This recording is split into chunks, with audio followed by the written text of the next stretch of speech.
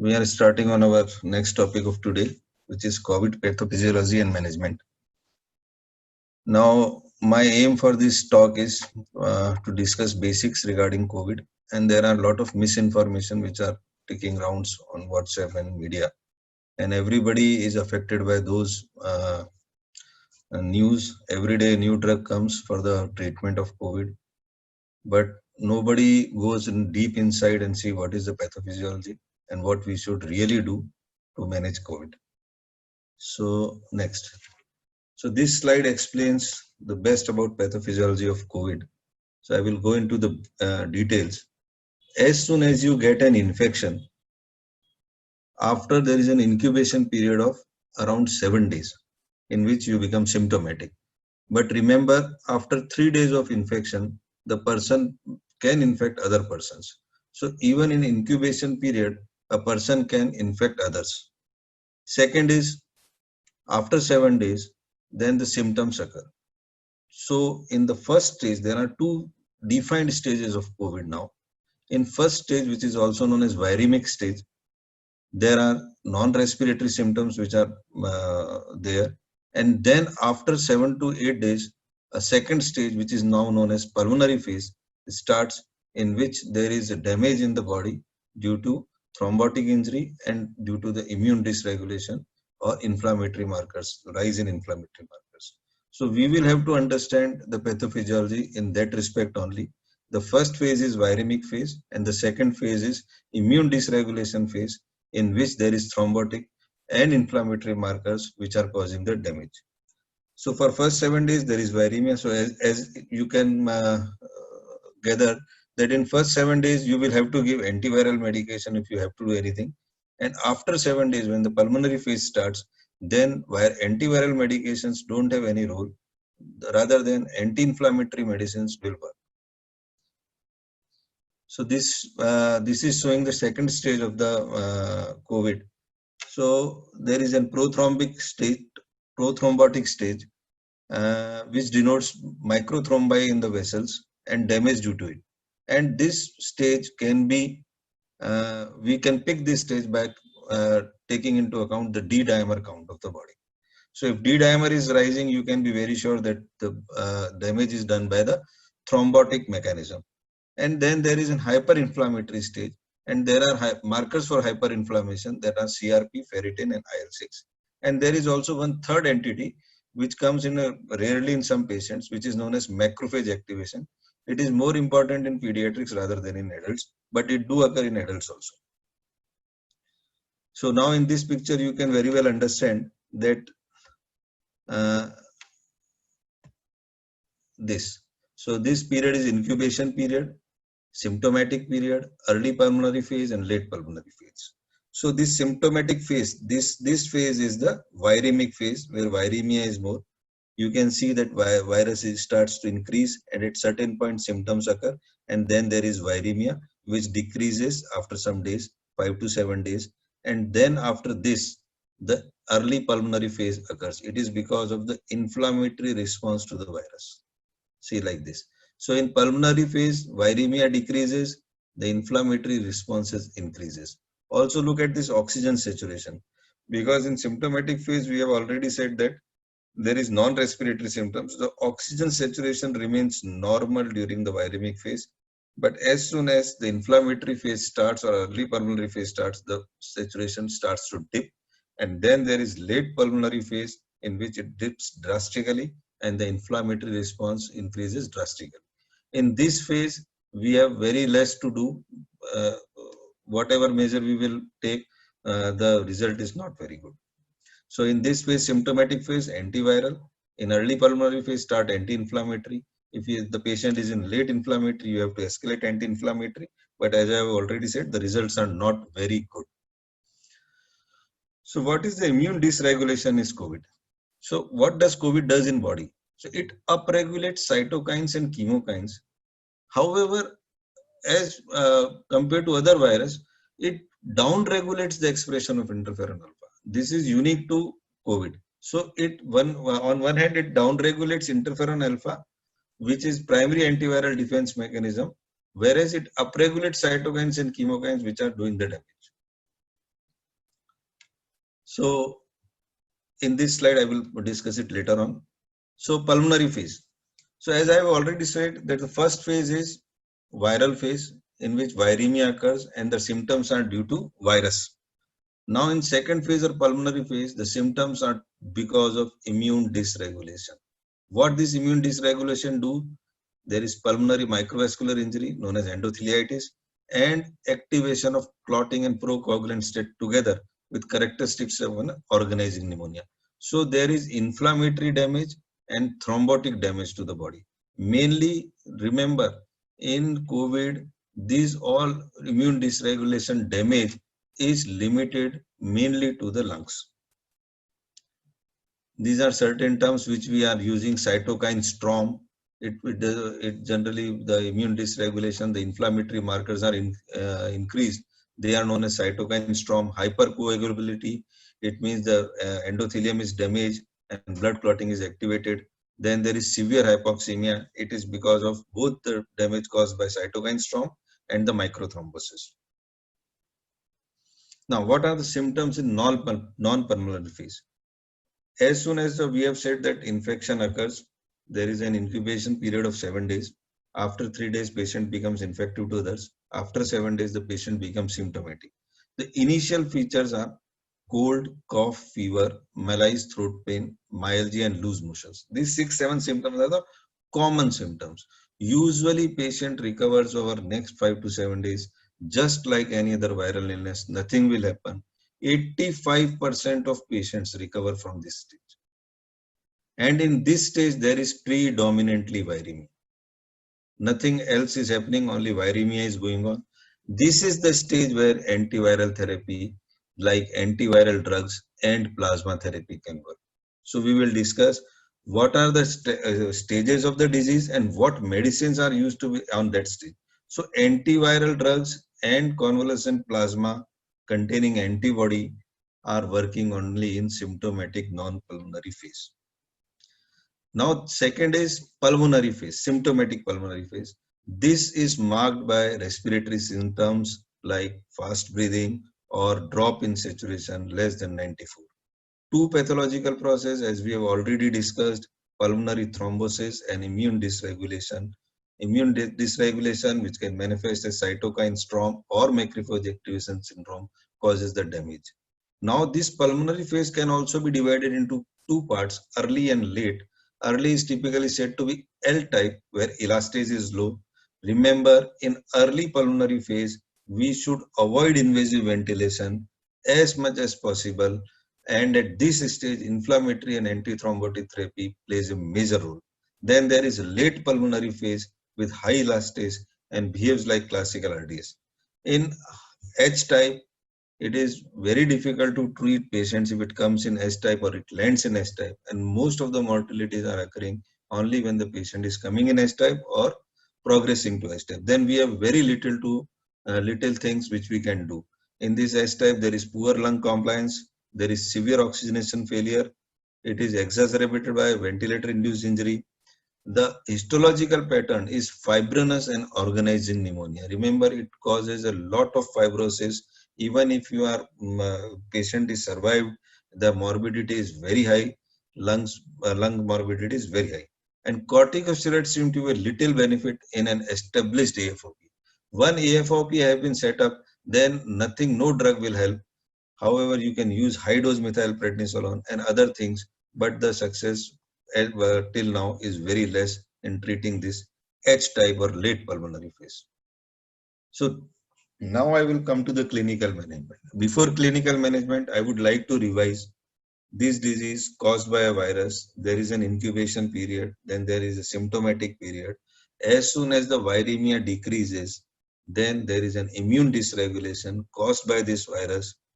This immune dysregulation causes two things. One is rise in inflammatory markers causing inflammatory damage to the lungs, and second is thrombotic damage to the lung microvascular structure, and these two causes the damage to the lungs and responsible for the mortality and morbidity.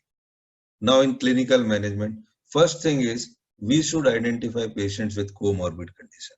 Remember, the patients with comorbid conditions are very highly prone for death and morbidity. So what are these comorbid conditions? The three main important comorbid conditions which are said to be very much difficult, these patients usually land into serious disease are uncontrolled diabetes. Now many of our friends are asking कि मेरे को diabetes है, थोड़ा मेरा sugar 150 है, मुझे कुछ तो नहीं होगा. So remember, it is uncontrolled diabetes, not the diagnosis of diabetes. So if a patient is not having a controlled diabetes, then only it is a comorbid condition. Second is obesity. Now this should also be taken with a pinch of salt. Everybody is obese, even I am also overweight. So you can't say that I am in a high risk. So obesity with BMI of more than 25. Third is immunocompromised status. So any immunocompromised status, you are prone to serious disease. And remember, chronic renal disease is a very bad indicator, poor prognostic indicator if you have a COVID disease. Others are cardiovascular, pulmonary, renal, hematological, and neurological condition. So we have to, as soon as we get a patient, we should identify whether he is having any comorbid condition, serious comorbid condition. Now we have to stratify according to the risk. If the age is less than 1 year and age is more than 60 years, it's an high risk case. Clinical features, if the presenting fever is more than 102 degree, even after 7 days of onset of symptom, then it is a serious thing. Okay. Then biphasic fever with second spike. It is very important. If there is a fever, biphasic fever with a second spike, it's a sign of seriousness. Fever with chills and rigors, respiratory symptoms predominating, higher respiratory rate than physiological rate, and pulse oximetry reading less than 94. Drop in SpO2 more than 4 to 6 after 1 minute after walk or 1 minute stand and sit exercise. We will discuss later on. And persistent tachycardia. So we have to stratify the patient according to risk. One according to the comorbid condition and according to the presenting symptoms and age. Now, what are the baseline investigation we should do, especially in high-risk patients? And I would say we should do in every patient. The baseline investigations are complete blood count, TLC, DLC, CRP, hemoglobin A1C to see the status of diabetes, thyroid function test, troponin I, D-dimer, LDH, ferritin, blood group, kidney function test, and liver function test. Optionals are, you can do blood culture if you are suspecting an infection, especially this dengue NS1 antigen, because now it's in season of dengue. Now the symptoms are same, so we will be confused whether it is a dengue or COVID. So you have to do dengue. IL-6 you can do. I will discuss it later on why IL-6 we have kept in optional, and pro-BNP. Now how you should repeat the test? What are the tests which we should repeat? Now some of the tests should be repeated daily. So daily what tests are to be repeated? CBC with differential leukocyte count and absolute lymphocyte count, LFT, renal function test, sodium, potassium, and LDH. And every third day we should go for CRP, D-dimer, ferritin. But frequency and type of test is decided by clinical condition and disease course. Now, regarding interpretation of test and likely modification of treatment. Always look at clinical picture. What is the clinical picture of the patient before any interpretation of test? So what is the day of onset? Any disease modification agent is taken by a patient. Suppose a patient has taken a steroid, then the test should be read in different light. Third, sign and symptoms to be taken into account before interpreting reports. No single marker should be chased without correlating clinical signs and symptoms. So now I will show you, I will explain you what are the main indicators, what are the main tests which we should do or which we should follow when we are treating a patient or looking after a patient of COVID. Remember, inflammatory marker, there are 4 inflammatory markers: CRP, IL-6, ferritin, and LDH. In this, CRP, IL-6, and ferritin are inflammatory markers, and LDH shows the damage done by the inflammatory marker. So all these 4 things are showing the damage done by the inflammation. In this, CRP is the best. Why? It is easy to do. We can get results within half an hour. Whereas in ferritin, it is late to rise than CRP. It will rise the next day when the CRP will rise, and it is late to fall also. Third is IL-6. Everybody is fascinated with interleukin-6. It is the most specific because this marker is only increased. But the problem with this marker is the sample you are taking. Suppose you are taking a sample, you have to immediately take out the serum from it. If you allow the blood to clot, then IL-6 values will differ. Also, it's a costly test. It is not done in Gandhidham as far as my knowledge. So you will get the results next day, and during transport there is a chance that you will get spuriously high IL-6 rather than actual IL-6. And then there is LDH. LDH has also got a very good correlation with mortality and morbidity. So in my experience and what I have read, CRP is the most important, significant, easy to do, anywhere it can be done, it can be repeated. So CRP is inflammatory marker. Second important point is, second thing is D-dimer. D-dimer. This is the marker which tells you about the status of thrombosis. So you should always chase these two markers. One is CRP for inflammatory damage and D-dimer for thrombotic damage. Any significant rise in D-dimer or value of more than 1 microgram per ml escalate the dose of heparin.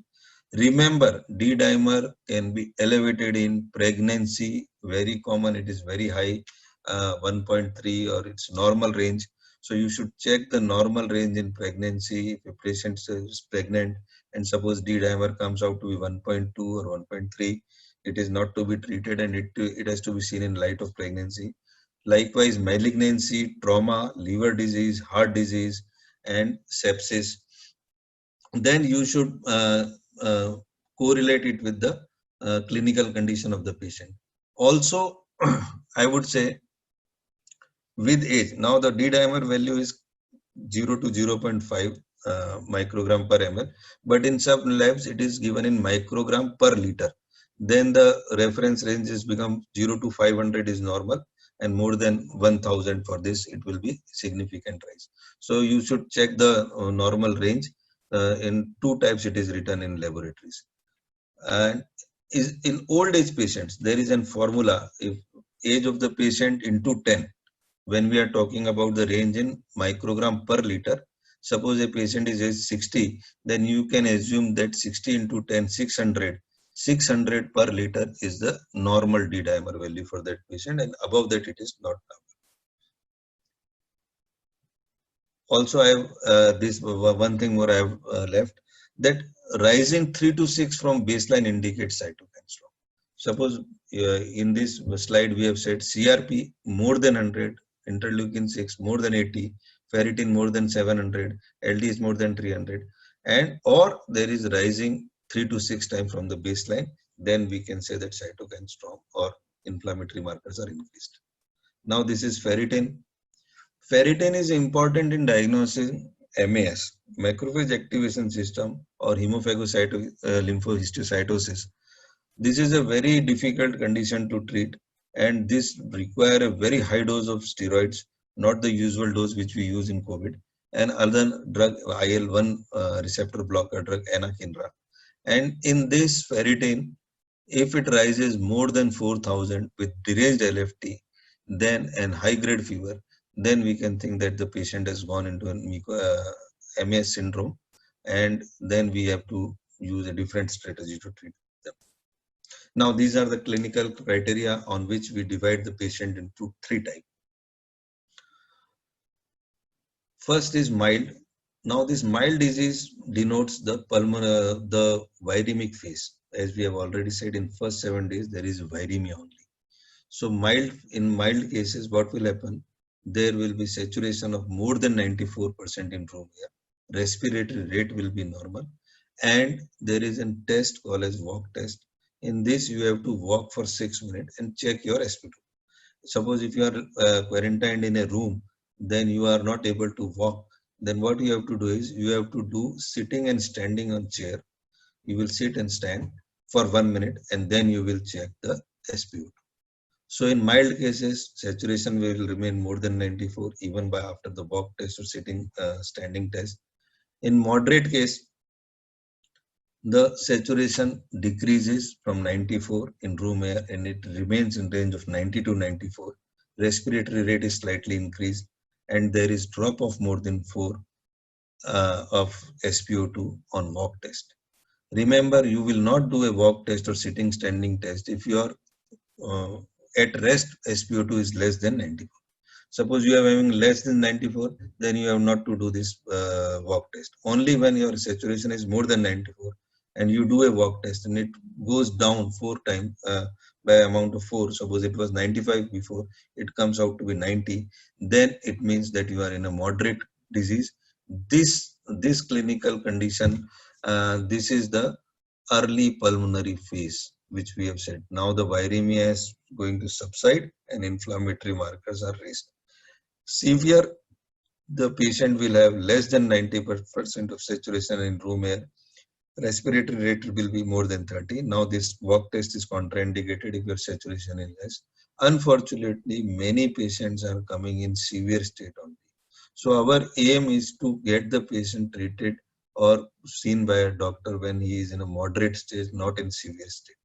Now CT chest, there will be no pneumonia in mild, there will be plus pneumonia plus, and there is grading 1, 2, 3, and 4. But we don't require routine CT chest to see the severity of the disease. Now, what are the red flag signs? See, if a patient is in a mild disease, we have first labeled him as a mild disease. Then what are the red flag signs? What we should tell the patient? We should see what is his SpO2, and anytime if his SpO2 falls from 94 after a walk test, that means that patient is moving towards the moderate phase or going the disease is increasing. Secondly, high grade fever more than 102 degree persisting after 5 days is a sign that the patient might land into the pulmonary phase. Third, you should see for chest pain, breathlessness, heaviness in chest. You should ask the patient if there is any this type of symptoms. He or she should report early. Any decreased urine output, vomiting, or poor oral intake. Whereas in moderate case, suppose the patient, our target is to have an SpO2 of 92 to 96%. Suppose the oxygen requirement is more than 5 liters to maintain this SpO2, probably this patient is moving into a severe category. Also the PF ratio, we will define this PF ratio more and more. It is determined by ABG, arterial blood gases. It is just PaO2, which is determined by blood gases. PaO2 divided by fraction of oxygen we are giving. Suppose a PaO2 of a patient is 150 and the fraction of oxygen which we are giving, which is known as FiO2, 50%, then 150 divided by 0.5. So it will be 300. So if PF ratio is less than 300, it signifies the patient is going into a severe disease, PaCO2 rising, or work of breathing is increasing. Whereas in severe case, our target SpO2 is more than 90.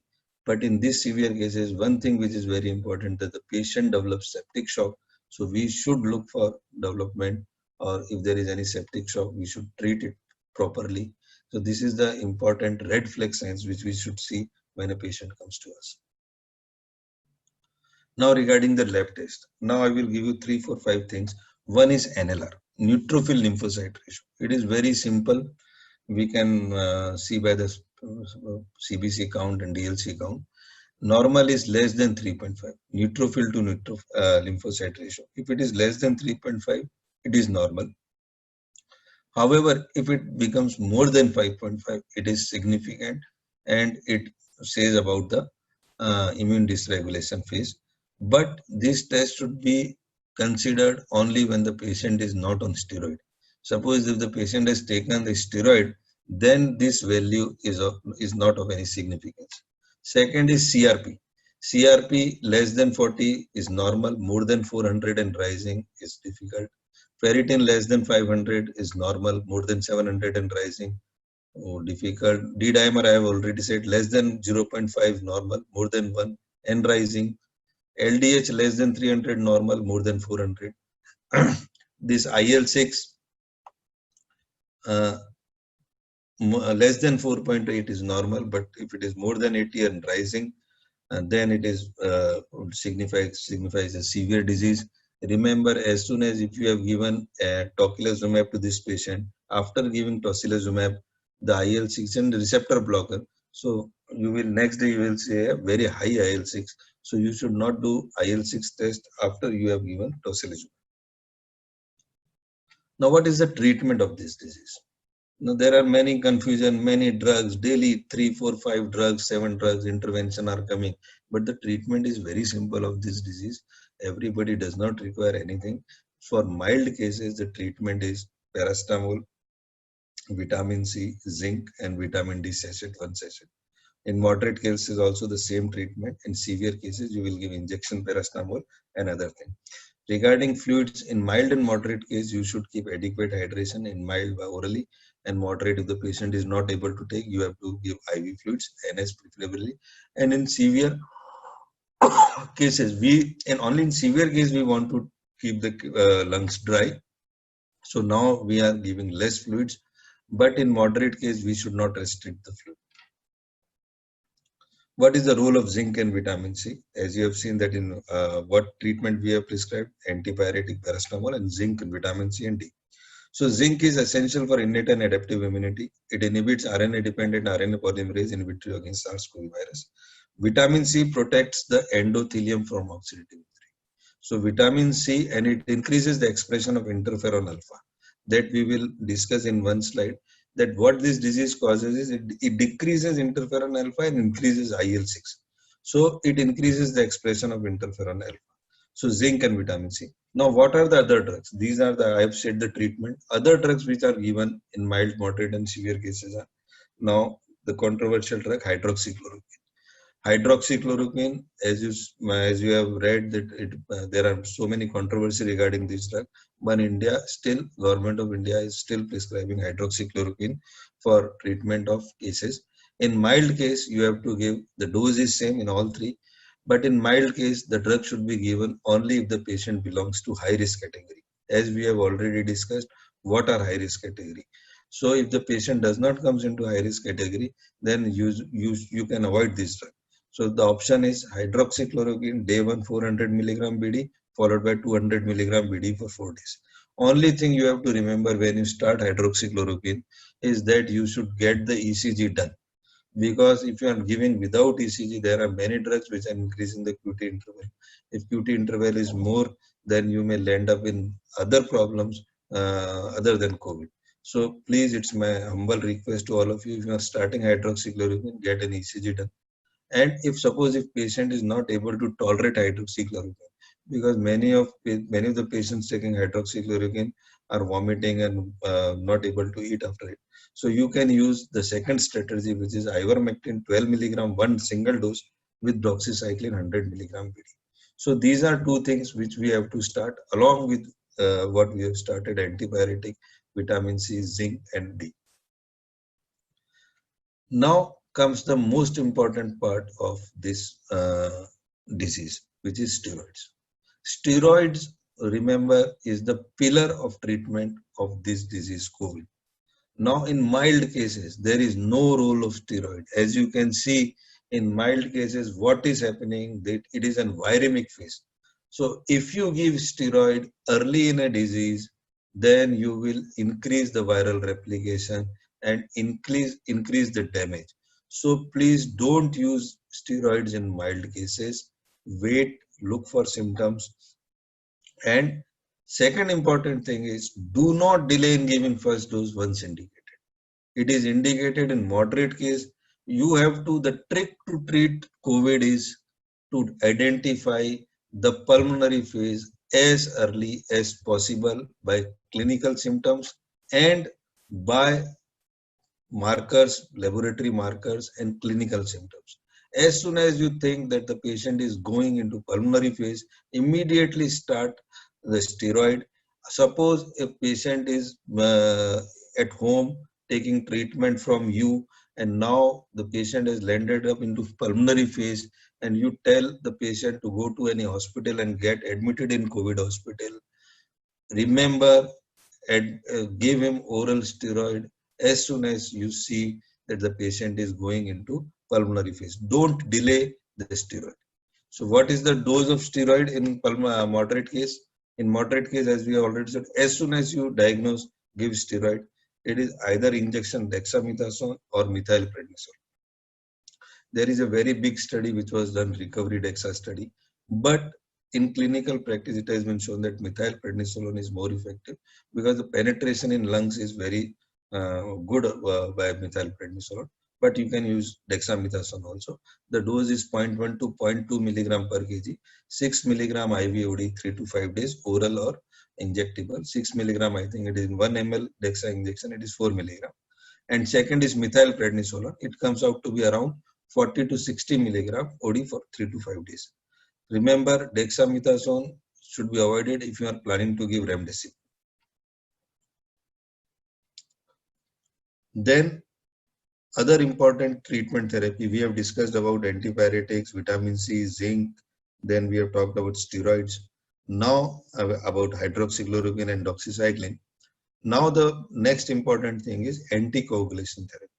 As I have already said, anticoagulation therapy is the mainstay because two arms are damaging the lungs. One arm is inflammatory markers, which we can treat by giving steroids. And second is coagulation damage due to thrombosis, which we can counter by giving anticoagulation. Anticoagulation is contraindicated if there is an Hasbled score more than 3. It's a very simple score. You have to take care of, I think, 6 things. One is hypertension. Second is altered liver function test, altered liver renal function test. So there is 1 point for abnormal renal function, 1 for abnormal liver function, hypertension, 4th is stroke, 5th is labile INR, and 6th is alcoholism. So if its score is more than 3, then you should be cautious in starting anticoagulant. Also, it is contraindicated if there is active bleeding or any surgery is planned, platelet is less than 20,000, hypertension I have already said, fibrinogen level. Secondly, low molecular weight heparin is given if coagulation test. Suppose if there is prolonged PT or APTT, abnormal PT or APTT is not a contraindication of low molecular weight heparin. So what anticoagulation drugs which we are using? In moderate case, we are using this injection enoxaparin 40 milligram SCOD, dalteparin 2500 international unit SCOD, and in end stage renal disease, we can use this UFH unfractioned heparin 5000 units SCBD. Whereas in severe disease, the same drugs enoxaparin, but the dose is doubled. It is 40 milligram SCBD or 0.5 milligram kg in 2 divided doses. You have to, in severe disease, you have to titrate the dose as per the value of D dimer.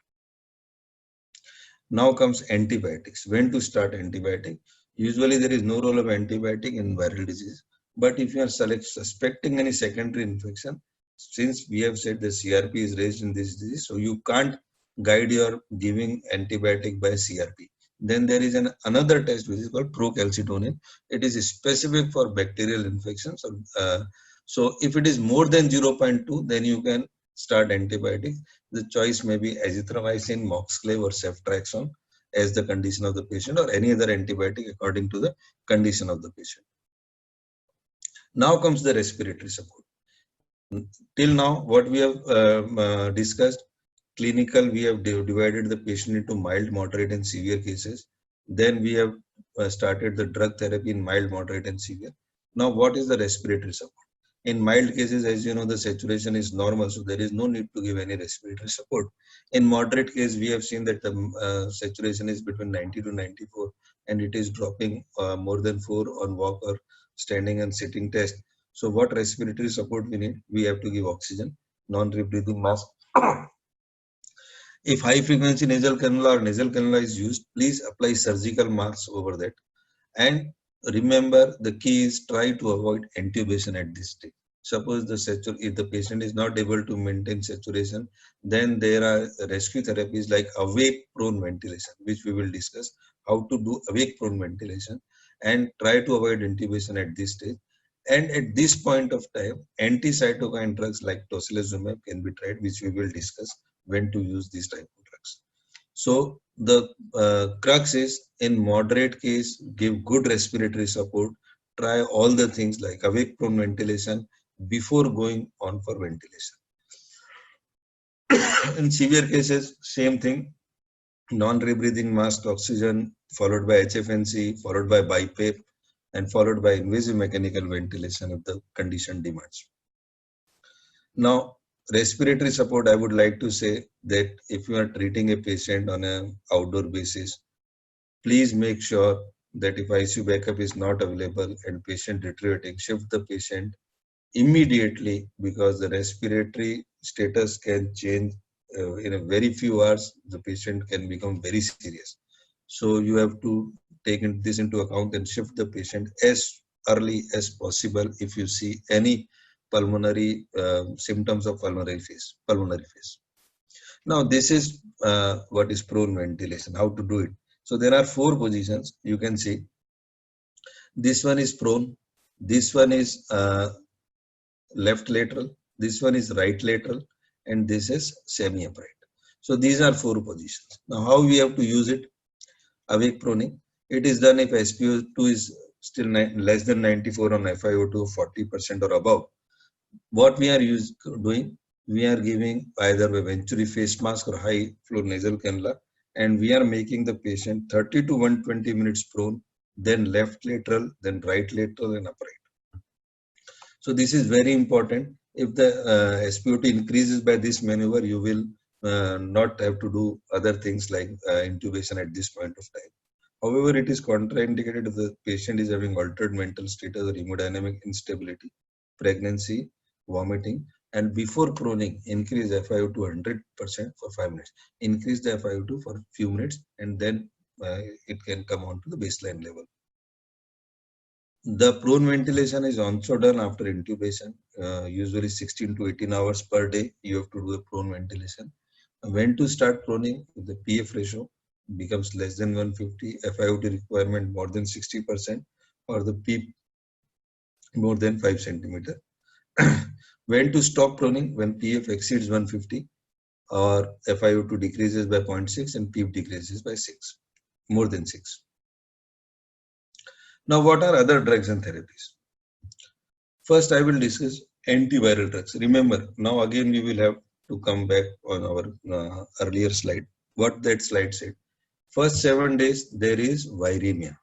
So in first 7 to 10 days, what drugs have to be used? If anyone wants to use a drug, it is viral drug. Remember, antiviral drug is not required for a healthy individual.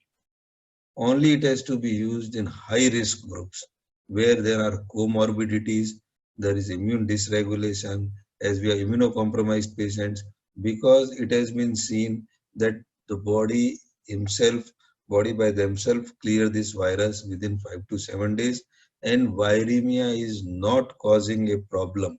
The virus per se is not causing a problem. Virus is only leading to an immune dysregulation state which is causing the problem. So the culprit is not the virus, but the reaction of our body towards the virus.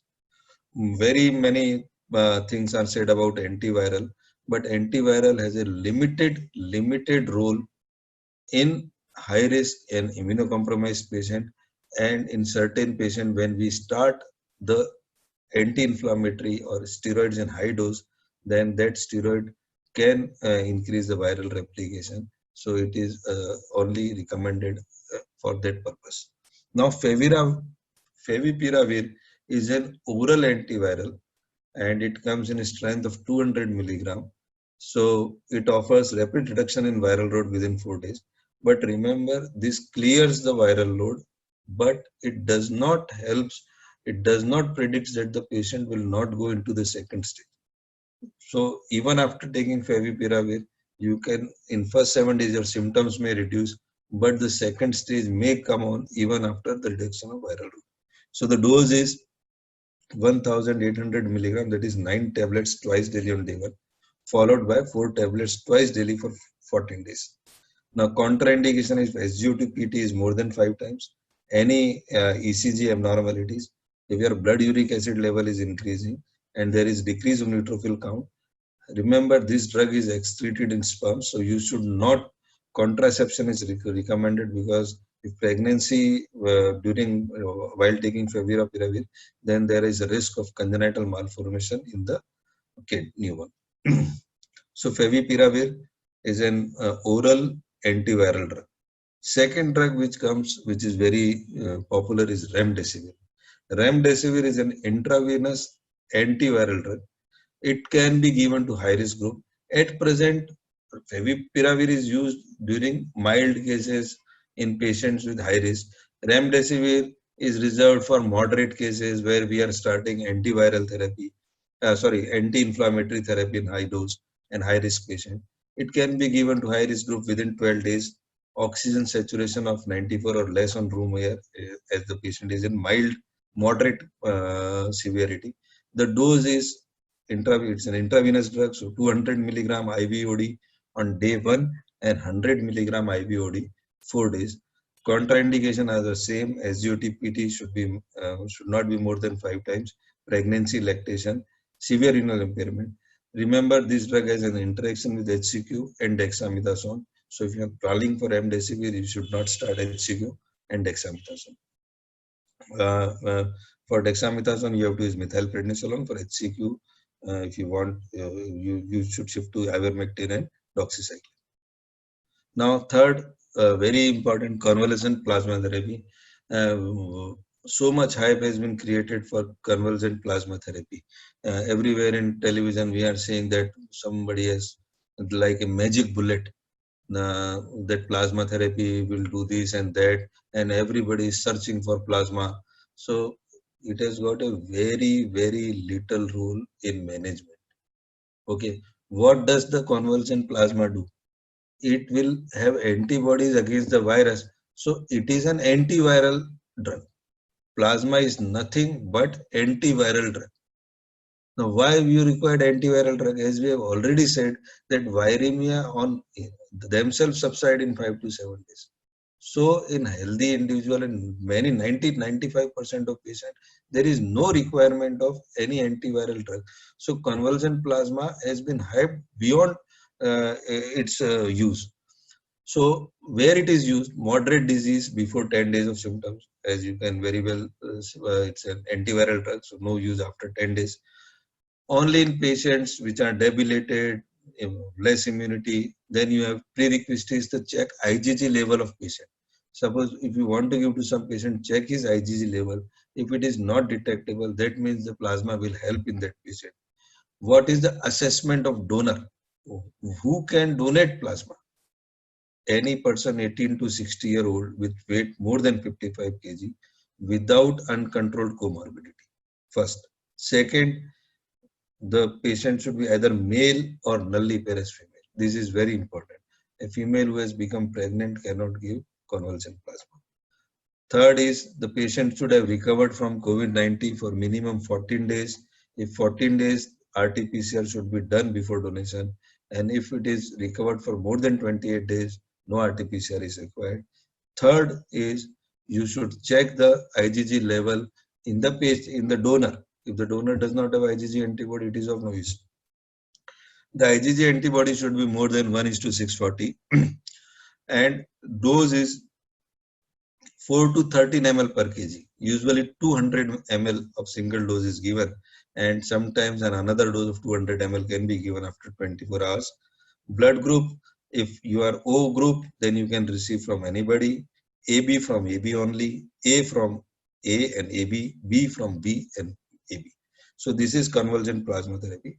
Now we have discussed three things: favipiravir, remdesivir, and plasma therapy. All these three are antiviral. Now come to one more important drug, tocilizumab. What is tocilizumab? It is an IL-6 inhibitor, receptor inhibitor करता है level पे.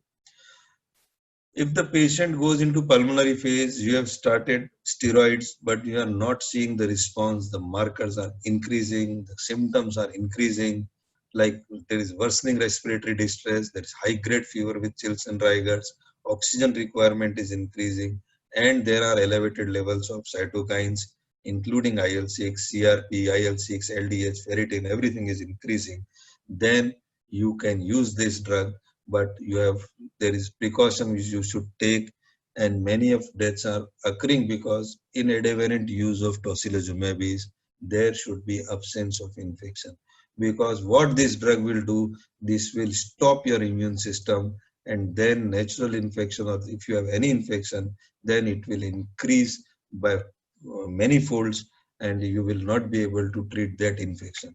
So first prerequisite is there should be not a major infection in your body, any systemic bacterial and fungal.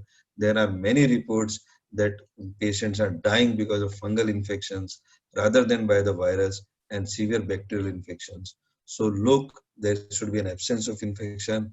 You should guide yourself by procalcitonin level. It should be less than 0.5. If it is high, you should be very cautious in starting this tocilizumab. Platelet count if less than 1000, ANC less than 2000, then you should be very precautious. So tocilizumab is an IL-6 receptor blocker. It will it will hamper the whole immune response, and good one also and bad one also. So there should be no infection. Dose is 4 to 8 milligram per kg. Usual dose is 400 milligram per dose. As a single dose, it should be given. Only in very few patients you can give second dose who remains febrile even after 24 hours of delivery with initial dose. Remember, there is no use of repeating IL-6 level after tocilizumab. Once you have given tocilizumab and the next day you will find IL-6 will come in thousands, so it is of no use. Then stop taking IL-6 into account. So this is tocilizumab. Another therapies which I will discuss in few is high dose corticosteroid. As I've already said, the corticosteroid which we are using in severe disease is 80 milligram of methylprednisolone. But if a patient lands into what we have said as macrophage activation syndrome, as denoted by very high ferritin level, these patients will require very high dose of corticosteroids, that is 120 to 250 milligram of methylprednisolone every 6 to 8 hourly. Then there is another thing called as plasma exchange. It is considered in very severe cases with progressive oxygenation failure, and the patient may require up to 5 exchanges. FFP is required for the exchange also. Now there is one more thing which is coming, cytosorb filter. It is a filter which filters the inflammatory markers or which are causing inflammation. Its indication is refractory or oxygenation with pF less than 150. Refractive cytokine strong. Suppose the cytokine markers like CRP, LDH, everything is high, ferritin, despite giving high dose steroid, tocilizumab, prone awake ventilation. Then as a last resort, you can use cytosorb filter. Drawback is it may clear anti-inflammatory cytokines, hydroxychloroquine and other also good ones also will get removed. Then there is a drug anakinra. It is an IL-1 inhibitor. It is used for specifically for treatment of macrophage activation syndrome. Then there is ECMO.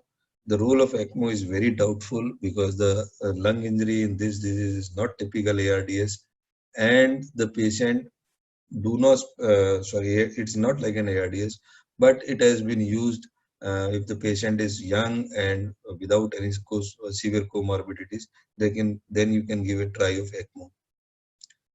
Now, in patient with COVID-associated coagulopathy who is actively bleeding, a patient is serious and is bleeding, transfuse platelet if platelet count is less than 40,000, 4 units of FFP if INR above 1.8, cryoprecipitate 10 units if fibrinogen is less than 1.5. Now, when you should wean the therapy? Suppose a patient has come, now is okay. What you are doing, how to wean the therapy? Abrupt weaning of steroid is not recommended because it has been seen if you abruptly wean steroid and vitamin C, there is a rebound of symptoms. So clinically, decrease in respiratory rate, breathlessness and oxygen requirement are the point where you should start weaning of therapy. If D-dimer ferritin normal after 3 days, shift to oral prednisolone, taper over next 5 days. When D-dimer and ferritin, all things comes to normal, you can shift from methylprednisolone to oral prednisolone. If patient is receiving high dose methylprednisolone for HLH, reduce the dose once ferritin is reduced by 15% of highest value. Anticoagulants should be continued for 2 weeks after discharge, may be continued for 2 weeks after discharge, and they should be guided by this D-dimer value. Now, what are the guidelines for discharge? There are two types of guidelines, CDC and Indian government. So CDC guideline is very simple. In mild to moderate case, at least 10 days since symptoms of starting of symptoms, or at least 24 hours have passed since last fever, you can discharge the patient. There is no need to do repeat RT-PCR.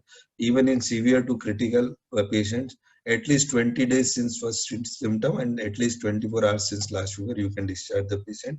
No need for RT-PCR. But in India, what we are following, in mild case, 10 days from symptom, RT-PCR not.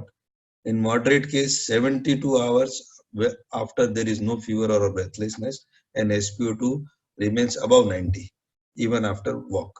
And RT-PCR not required in moderate cases, and 10 days from symptoms. So these are two things. In severe cases, the same thing after 72 hours of normal SpO2. But in severe cases, we are doing RT-PCR and we are discharging the patient only when the RT-PCR is negative.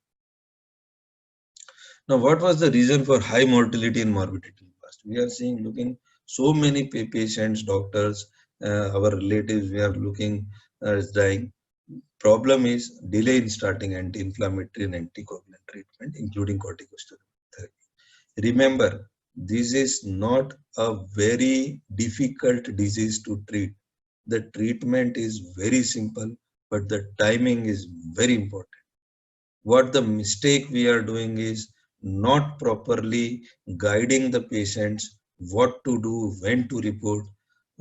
Therefore, they are dying a lot of things. Second thing which I want to point out at this point, please, if a patient comes to you, don't diagnose it with CT scan and all these things. Don't tell the patients not to do COVID.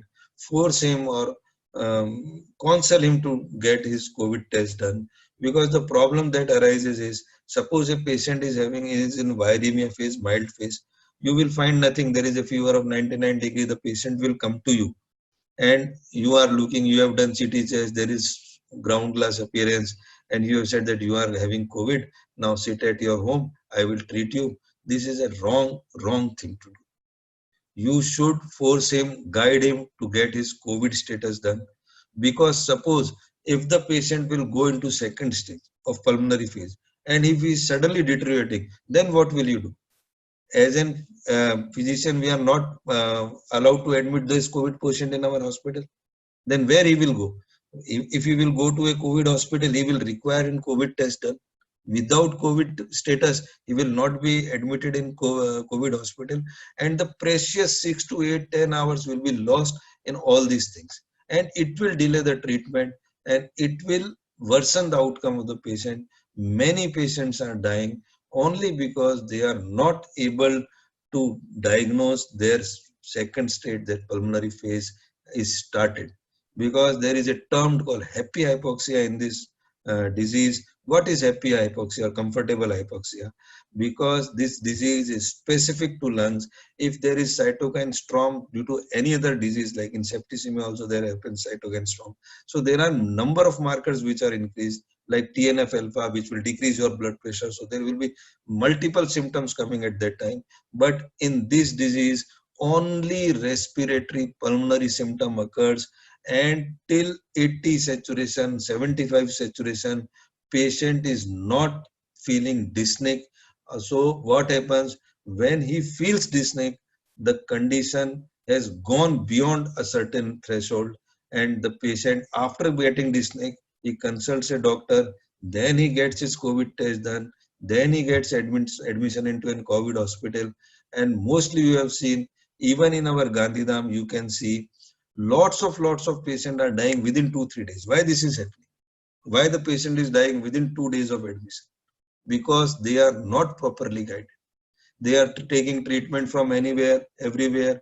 They're popping some medicines and they are thinking they are normal. Suddenly one day, the second phase starts. Initially 1 or 2 days, they don't know how to check it, whether they are having any problem. And suddenly one day they're feeling breathlessness. When they reach a hospital, it takes 3, 4, 6 hours. At that time, the treatment is started and it becomes very late. So it is not the virus that is killing the patient. Remember, it is the patient's overactive immune system. So you have to take care of immune system. There will be no magic bullet for this drug. People are daily messaging me that this drug has come, this drug has come, someday methylene blue, someday anything else, disulfiram. This drug will happen. I think every class of drug has been tried, and research has been done on every drug, and these researches are done on 20 to 30 patients, and then these newspapers, they will print anything. They will print anything. Give BCG vaccine, give MMR vaccine, give oral polio vaccine. Everything they will tell. No study, no scientific study has been done. These are very small studies which you should not consider. Being a doctor, please remember, don't go by newspaper reports. Don't go by newspaper reports and the fake news, medical news, that Dr. Naveen Thakkar was talking. They are using logos of everything, World Health Organization, everything. And we are taking that news to be good, or that therapy has come. So remember, there will be no magic bullet for this. Even vaccination is not a magic bullet. Remember, because even if vaccination come, what will be its efficacy? Its efficacy will not be 100%. No vaccine is 100% effective. So it will afterwards, अपन को आगे जाके साल 2 साल बाद पता पड़ेगा कि vaccine कितना एफिकेशियस है. सो डोंट, आप सुबह उठते हैं, एक न्यूज देखते हैं, व्हाट्सएप खोलते हैं. मेरी भी आदत थी, व्हाट्सएप के अलावा कोई नया ट्रीटमेंट आया क्या, न्यूज देखी कोई नया ट्रीटमेंट आया क्या, and daily there is 1 or 2 new treatment which is proposed. अभी डाइसल्फिराम आया, आज एक और नया कोई मेडिसिन आया है, 3 दिन पहले मिथिलिन ब्लू आया था, उसके पहले एमएमआर, बीसीजी, ओपीवी आके चले गए. इनका कोई सिग्निफिकेंस नहीं है. सिंपल वायरस है. वायरस आपको नहीं मारेगा, आपका इम्यून सिस्टम मार रहा है. You have to see when your immune system gets overactive, and उसको early treat करोगे तो mortality can be decreased. So early identification and management of second stage is key. If begun within 6 hours, then of shortness of breath or arterial desaturation and requiring supplemental oxygen, अगर patient को जरा भी saturation dip करता है, उसको oxygen की जरूरत पड़ती है, विदिन 6 आवर्स आप उसको स्टेरॉइड का ट्रीटमेंट चालू करेंगे तो उसका आउटकम बिल्कुल डिफरेंट आएगा. The need for mechanical ventilator ICU will decrease dramatically. Remember, this is a steroid responsive disease. However, timing is critical, because in early phase, if you give steroid early, it will increase the viremic phase, make more damage. Later on, if you are not able to diagnose it on time, and early pulmonary phase, you have not given steroid, this becomes critical. So this is my message to all of you. Thanks.